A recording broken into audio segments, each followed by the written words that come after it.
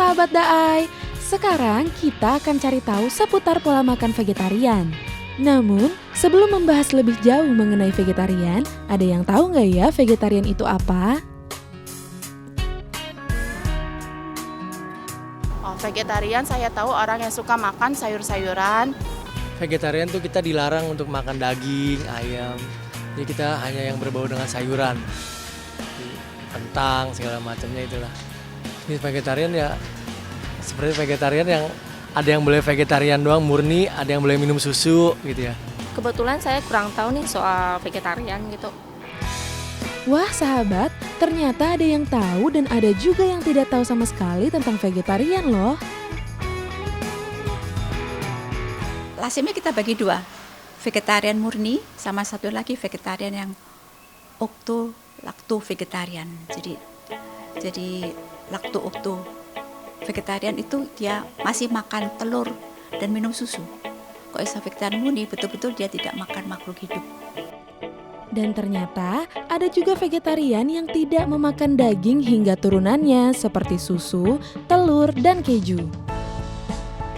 Jadi, bagaimana untuk memenuhi kebutuhan proteinnya ya? Sahabat Daai ada yang tahu nggak? Itu yang saya nggak ngerti. Setahu saya itu yang buat tenaga itu nasi. Nasi kan mengandung karbohidrat. Dia paling penggantinya dari nasi ya buat punya tenaganya gitu. Kalau dari protein itu daging ya harusnya. Karena vegetarian nggak boleh makan daging, jadi proteinnya saya nggak tahu dari mana itu. Kalau ini juga saya kurang tahu nih. Saya tidak tahu sayur-sayuran itu ada proteinnya. Jadi protein akhirnya kalau kita pecah-pecah menjadi asam amino.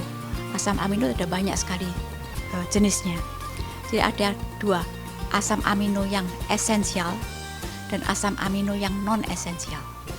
Yang asam amino yang non-esensial itu tubuh bisa membentuk sendiri. Jadi kalau kita mau makan ada karbohidrat atau lemak-lemak atau protein-protein lain, maka dia bisa membentuk sendiri, dibentuk sendiri oleh tubuh, bisa terlengkapi. Tapi yang esensial, asam amino yang esensial, mau tidak mau kita harus berasal dari makhluk hidup yang lain. Nah kalau dia vegetarian yang murni, kan dia tidak makan makhluk hidup. Jadi dia harus makan protein yang macam-macam, sumber protein macam-macam, supaya terlengkapin. Jadi contohnya misalnya saja ada tahu, dia punya asam amino ABCD. Misalnya aja ada kacang tanah, dia punya asam amino XYZ. Yang punya lagi asam amino apalagi. Nah kalau dia makan macam-macam, berganti-ganti setiap harinya, aman. Tapi kalau misalnya aja dia makan, oke, aku hanya makan tahu tempe saja, hati-hati. Ada risiko kekurangan asam amino yang penting di mana tubuh tidak bisa membentuknya. Ternyata, untuk para vegetaris tidak usah khawatir akan kekurangan protein di dalam tubuh.